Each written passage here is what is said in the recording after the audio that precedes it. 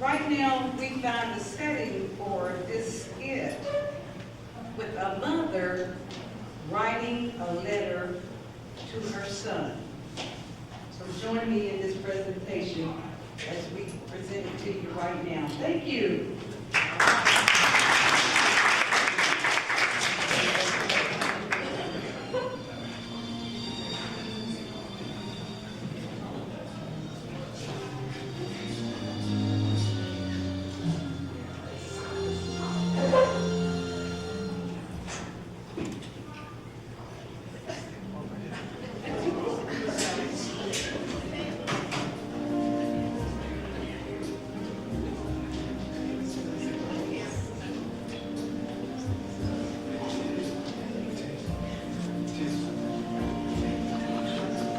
Good morning, son. I woke up this morning, walked out on the front porch, looked around, and decided to take a walk. The air has a fresh, clean smell. Some trees have leaves while others are bare. The branches of the trees are swaying back and forth. I can feel the cold breeze against my face. And I can feel the air and see my breath as I breathe. Children are running past me to catch the school bus, wrapped up in their coats and their hats and their gloves. Yes, it's cold outside. I can see smoke from the chimneys. As I walk past the houses, doors are open. Well, I guess the glass front doors are locked. Glancing inside, I see fire from the fireplace. Families sitting around eating breakfast. Cozy. Dogs barking. And cars are honking as I'm walking. I'm waving because evidently they know me. The sun is shining. Don't see flowers. Frost was on the grass and car windows. Yet, it is a beautiful day. I'm jogging now, rushing back home. I can imagine that you and Hayes are in the front yard, laughing and playing and going to football back and forth. But wait. Take me to the king. I don't have much to bring. My alarm clock has gone off. This is just a dream. I'm in the kitchen now, pinching myself, but I am wide awake and sipping a cup of coffee. As I slowly stroll toward the front door, I'm peeking outside. It's raining, pouring down. I see the water dripping from the leaves. Oh, look at the beautiful flowers, daisies, red, yellow, orange, breathtaking. Missy's in the doghouse, keeping dry. I'm smiling, laughing, and just humming a little tune to myself.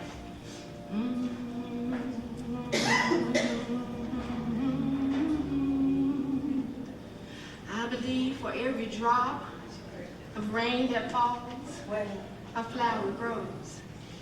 I believe that somewhere in the dark of night, a candle glows. I believe above the storm, the smallest prayer will still be heard. And every time I hear a newborn baby cry, or touch a leaf, or see the sky, then I know why I believe. I believe.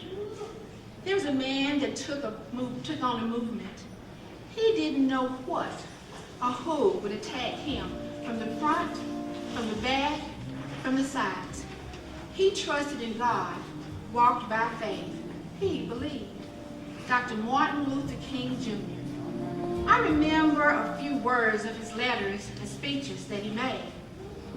You know, while he was in jail in Birmingham, he answered a question that a few religious white leaders asked. We know through painful experience that freedom is never voluntarily given by the oppressor. It must be demanded by the oppressed. Frankly, I've yet to engage in a direct action campaign that was well timed. In the view of those who have not suffered unduly from this disease of segregation, for years now I have heard the word wait. It rings in the ear of every Negro with the piercing familiarity of this weight has almost always meant never. We must come to see with one of our distinguished jurors that justice too long delayed is justice denied. What about the speech he made accepting the Nobel Peace Prize? He was so dignified, and I was so proud. Your Majesty, Your Royal Highness, Mr. President, Excellencies, ladies and gentlemen, I accept this Nobel Prize for peace at a moment when 22 million Negroes of the United States are engaged in a creative battle to end the long night of racial injustice. I accept this award on behalf of the civil rights movement, which is moving with determination and majestic scorn for risk and danger to establish a right of freedom and to rule of justice. I am mindful that only yesterday in Birmingham, Alabama, our children crying out for brotherhood were answered with fire hoses, snarling dogs, and even death. I am mindful that only yesterday in Philadelphia, Mississippi, young people sneaking to secure the right to vote were brutalized and murdered. Have you seen the movie Selma? I haven't, and I could just slap my hand. You know I should have seen that movie, but I do remember Selma. I remember Selma. Let us march on ballot boxes, until race batters disappear from the political arena. Let us march on ballot boxes until silence, misdeed of bloodthirsty mobs will be transformed into the calculated good deed of orderly citizens. Let us march on ballot boxes until the wallets of our nations tremble away in silence. Let us march on ballot boxes until brotherhood becomes more than a meaningless word in an opening prayer, but the order of the day or every legislative agenda. Let us march on ballot boxes until all over Alabama, God's children will be able to walk the earth in decency and honor. Son, oh, don't take that for granted. Now the speech that I remember, that you remember, and that your children's children will remember is about the... I have a dream that one day this nation will rise up and live out the true meaning of its deed. We hold these truths to be self-evident that all men are created equal. I have a dream that on the red hills of Georgia, that the sons of former slaves and the sons of former slave owners will sit down at the table of brotherhood. I have a dream that in the state of Mississippi, a dozen states sweltered in the heat of injustice and oppression will be transformed into an oasis of freedom and justice. I have a dream. I have a dream that one day my 4 children will one day live in a nation where they will not be judged by the color of their skin, but by the content of their character.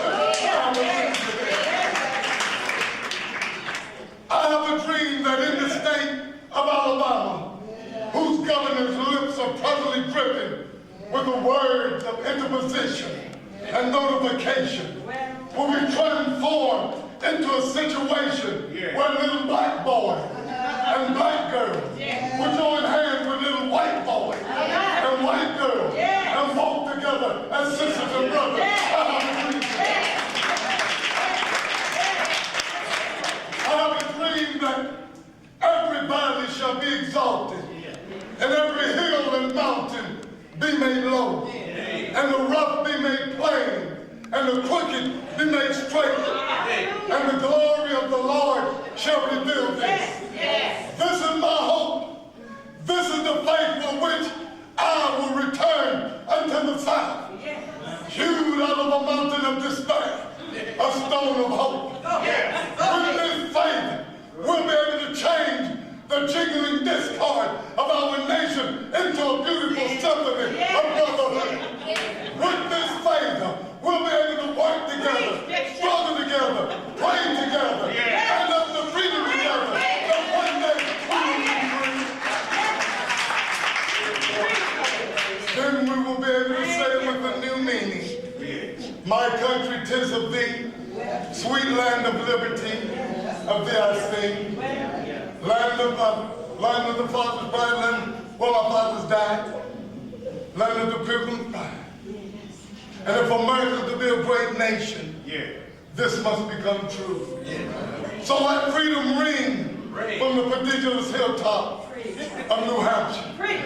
Let freedom ring from the mighty mountains of New York. Let freedom ring from the heightening Alleghenies of Pennsylvania.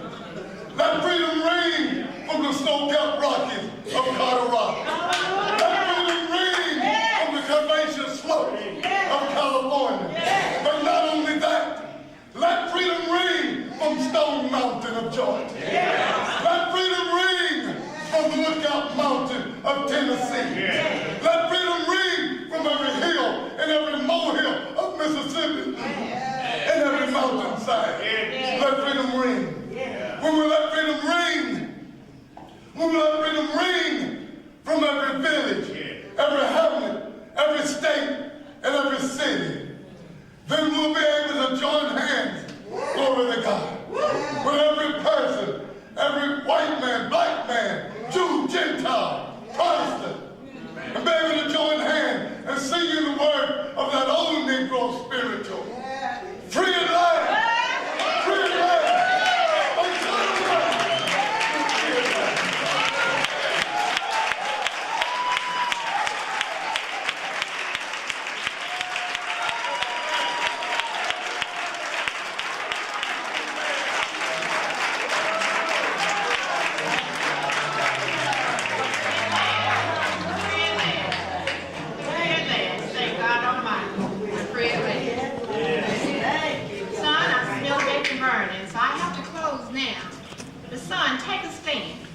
Remember to trust in God and walk by faith. Love you, Mom. All right.